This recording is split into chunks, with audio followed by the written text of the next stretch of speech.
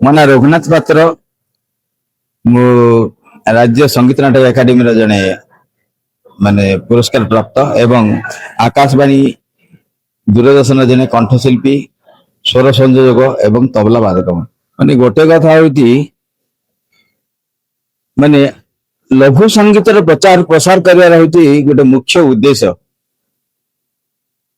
এই କାର୍ଯ୍ୟକ୍ରମର ମୁଖ୍ୟ ଉଦ୍ଦେଶ୍ୟ ହଉଛି ଆମର ଛାତ୍ରଛାତ୍ରୀଙ୍କୁ ସୁଯୋଗ ଦେବା ମଞ୍ଚରେ, ତା ସହିତ ଲଘୁ ସଙ୍ଗୀତ ଗୋଟେ ଉନ୍ନତ ମାନର ସଙ୍ଗୀତକୁ ପ୍ରଚାର ପ୍ରସାର କରିବାର ହଉଛି ମୁଖ୍ୟ ଉଦ୍ଦେଶ୍ୟ।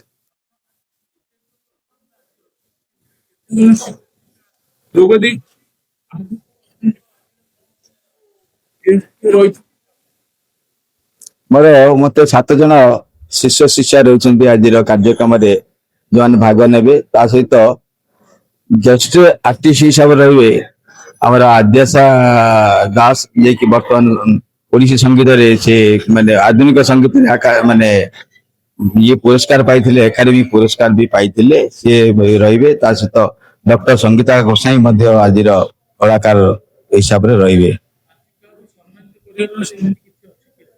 ନିଶ୍ଚିତ ଭାବେ ଅଛି। ଆମେ ଡକ୍ଟର ସଙ୍ଗୀତା ଦାସ ଆଦ୍ୟାଶା ଦାସଙ୍କୁ ଆମେ ଆଜି ସମ୍ବର୍ଦ୍ଧିତ କରୁଛୁ।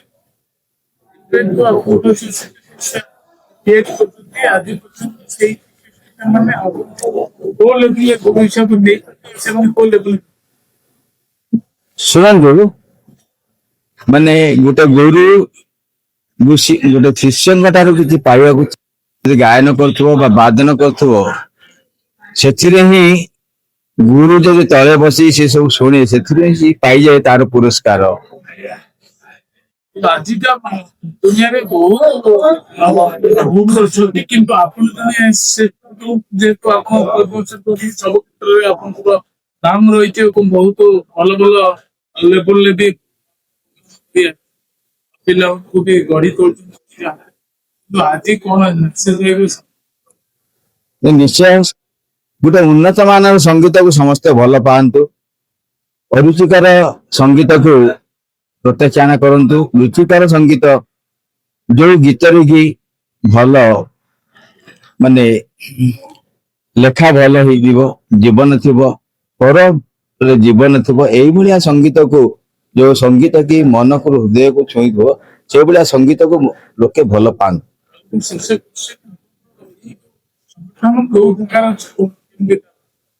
ଆମର ଏଇଟା ପାହାଳ ଫ୍ୟାମିଲି ସଂଗଠନ ଅଛି। ଆମେ ଦୀର୍ଘ 2017 ମସିହାରେ ଏଇ ଅନୁଷ୍ଠାନଟା ଗଢିଛୁ। ଭକ୍ତି ନୈବେଦ୍ୟ ଅନୁଷ୍ଠାନ ତରଫରୁ ଆଜିର ଏଇ କାର୍ଯ୍ୟକ୍ରମ ଉପସ୍ଥାପନା ହଉଛି। ସାର୍ ଗୋଟେ ସେଇ ଜାଗା ତ ଆମେ ପ୍ରତିବର୍ଷ କରୁଛୁ। ମୁଁ ଛୋଟ ପିଲା ବେଳକୁ ମଧ୍ୟ ଆମେ କରୁଛୁ, ଅର୍ଗାନାଇଜ କରି କରୁଥିଲୁ। କିନ୍ତୁ ଭୁବନେଶ୍ୱର କରିବା ହଉଛି ଗୋଟେ ମୁଖ୍ୟ ଜାଗା, ସଙ୍ଗୀତକୁ ଚିହ୍ନିବା ଜାଗା। ଏହି ଜାଗାରେ ହିଁ ଅନେକ କଳାକାର ସୃଷ୍ଟି ହେଇଛନ୍ତି, ଜାତୀୟ ସ୍ତରକୁ ଯାଇଛନ୍ତି। ମୁଁ ମଧ୍ୟ ସେଇ ଇଚ୍ଛା ରଖି ଏଇ ଜାଗାରେ ମୁଁ ପ୍ରତିବର୍ଷ ଏଭଳିଆ କାର୍ଯ୍ୟକ୍ରମ କରିବି କହିକି ଇଚ୍ଛା କରୁଛି। ଆପଣମାନଙ୍କ ସମସ୍ତ ସହଯୋଗ ରହିଲେ ପ୍ରତିବର୍ଷ ଏଭଳିଆ କାର୍ଯ୍ୟକ୍ରମ ହବ। ରଘୁନାଥ ପାତ୍ରଙ୍କ ଦ୍ୱାରା ଆୟୋଜନ ସଙ୍ଗୀତର ଭିନ୍ନ ଋତୁ କାର୍ଯ୍ୟକ୍ରମରେ ଜୟଦେବ ଭବନ ପରେ ଆୟୋଜନ ହେଇଛି। ସବୁ ବର୍ଷ ଗୁରୁ ରଘୁନାଥ ଓଡ଼ିଶାର ବିଭିନ୍ନ ଅଞ୍ଚଳରେ ତାଙ୍କର ଏଇ କାର୍ଯ୍ୟକ୍ରମଟି କରନ୍ତି। ଏଇ ବର୍ଷ ପୁଣି ଭିନ୍ନ ଋତୁ ନାମରେ ଏଇ କାର୍ଯ୍ୟକ୍ରମଟି ହଉଛି। ଅତ୍ୟନ୍ତ ଖୁସିର ଖବର। ଆପଣମାନେ ସମସ୍ତେ ଜାଣିଥିବେ, ଗଜପତି ଜିଲ୍ଲା ଗୋଟେ କଳା ସଂସ୍କୃତି ସଙ୍ଗୀତର ମାଟି। ସବୁବେଳେ ଗୁରୁଙ୍କ ପାଖରେ ଶହ ଶହ ପିଲା ଆଜି ତାଙ୍କ ପାଖରୁ ଶିକ୍ଷା ଅନୁଦାନ କରିକି ସଙ୍ଗୀତ କ୍ଷେତ୍ରରେ ଆଜି ବିଭିନ୍ନ ଜାଗାରେ ନିଜର ପ୍ରଦର୍ଶନ କରି ଆସିଛନ୍ତି। ସେଇଭଳି ଆଜି ଅତ୍ୟନ୍ତ ଖୁସିର ଖବର। ଆଜି ଆମେ ସମସ୍ତେ ଆସିଛୁ ତାଙ୍କୁ ଉତ୍ସାହିତ କରିବା ପାଇଁ, ଆଗାମୀ ଦିନରେ ବି ଆଠାରୁ ବଡ଼ ସ୍ତରରେ କରିବା ପାଇଁ ମଧ୍ୟ। ନମସ୍କାର, ମୁଁ ଡକ୍ଟର ଚନ୍ଦନ ଗନ୍ତାୟତ, କଣ୍ଠଶିଳ୍ପୀ ଏବଂ ଆଜିର ଯୋଉ କାର୍ଯ୍ୟକ୍ରମ ଗୁରୁ ରଘୁନାଥ ପାତ୍ରଙ୍କ ସଙ୍ଗୀତର ଭିନ୍ନ ଋତୁ, ସେ କାର୍ଯ୍ୟକ୍ରମର ଆବାହକ ଅଛି। ଆଜିର କାର୍ଯ୍ୟକ୍ରମ ଏଥିପାଇଁ ସଙ୍ଗୀତର ଭିନ୍ନ ଋତୁ ବୋଲି ରଖାହେଇଛି, କାହିଁକି ନା এই କାର୍ଯ୍ୟକ୍ରମରେ ଗୁରୁ ରଘୁନାଥ ପାତ୍ରଙ୍କର ସ୍ୱର ସଂଯୋଜନାର ଏକ ବିବିଧତାକୁ ଆମେ ଏଠି ଦର୍ଶାଉଛୁ, କାହିଁକିନା ସିଏ ଏକାଧାରରେ ଜଣେ କଣ୍ଠଶିଳ୍ପୀ, ତବଲା ବାଦକ ଏବଂ ସଙ୍ଗୀତ ସଂଯୋଜକ ମଧ୍ୟ। ତ ଆଜିର କାର୍ଯ୍ୟକ୍ରମରେ ବି ଭଜନ, ଗଜଲ, ହିନ୍ଦୀ ଭଜନ ଆଉ କିଛିଟା ମଡର୍ଣ୍ଣ ଗୀତ, ଲାଇଟ୍ ଭୋକାଲ ଗୀତ, ଏମିତି ସବୁ ପ୍ରକାର ଗୀତର ଏକ ମିଶ୍ରଣ ଆପଣମାନେ ଶୁଣିବାକୁ ପାଇବେ। ସେଇଥିପାଇଁ ଏ କାର୍ଯ୍ୟକ୍ରମର ନାଁ ହେଉଛି ଭିନ୍ନ ଋତୁ।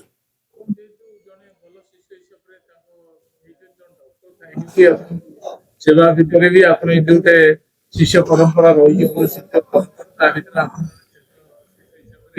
ଆଜି ଆପଣ ସବୁ ସହଯୋଗ କରୁଛନ୍ତି। ଦେଖନ୍ତୁ ସବୁବେଳେ ଶ୍ରେଷ୍ଠ ଗୁରୁ ବୋଲି କୁହାଯାଏ, ଶ୍ରେଷ୍ଠ ଶିଷ୍ୟ ବୋଲି କିଛି ନଥାଏ। ଶିଷ୍ୟ ସମସ୍ତେ ଶିଷ୍ୟ, ଗୁରୁ ହିଁ ସବୁବେଳେ ଶ୍ରେଷ୍ଠ। ତେବେ ଗୁରୁଙ୍କଠୁ ବହୁତ ଆଶୀର୍ବାଦ ପାଇଛି, ବହୁତ ଭଲ ପାଇବା ପାଇଛି, ସେଇଟା ମୋର ସୌଭାଗ୍ୟ ବୋଲି କହିବି। ଆଉ କଣ୍ଠଶିଳ୍ପୀ ହିସାବରେ ଆଜି ପର୍ଯ୍ୟନ୍ତ ଯେତିକି ସାଧନା ବି ହେଇଛି, ଆଗକୁ ସାଧନା ବି ଜାରି ରହିବ। ଆଉ ଆପଣ ମାନେ ଭଲ ପାଉଛନ୍ତି, ସେଇଟା ବହୁତ ସୌଭାଗ୍ୟ ମୋର।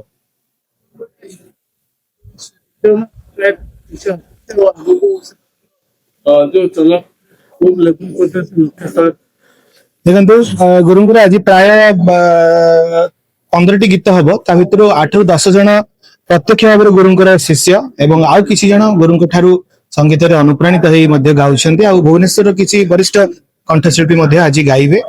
ତ କିଏ କୋଉ ସ୍ତରରେ ଅଛନ୍ତି, କିଏ କେତେ ଯାଇ ଗଲେଣି, କିଏ କୋଉ ପୁରସ୍କାର ପାଇଲେ, କିନ୍ତୁ ସମସ୍ତେ ବର୍ତ୍ତମାନ ପର୍ଯ୍ୟନ୍ତ ଗୁରୁଙ୍କଠୁ ଶିକ୍ଷାଦାନ ପାଉଛନ୍ତି। କଣ ମେସେଜ ନୂଆ ନୂଆ ଶିଷ୍ୟ ଶିଷ୍ୟଙ୍କ ପାଇଁ ମୋର ଗୋଟିଏ ଖାଲି କହିବା କଥା ଯେ ସେମାନେ ସବୁବେଳେ ଗୁରୁଙ୍କ ପାଖରେ ନିଜର ଆନୁଗତ୍ୟ ରଖନ୍ତୁ, ଗୁରୁଙ୍କଠୁ ଶିଖିବାର ଉଦ୍ଦେଶ୍ୟ ରଖନ୍ତୁ। ନିଶ୍ଚିତ ଭାବରେ ଗୁରୁଙ୍କର ଆଶୀର୍ବାଦ ତାଙ୍କ ଉପରେ ରହିବ ଏବଂ ସେମାନେ ଆଗକୁ ବଡ କଳାକାର ହେବେ।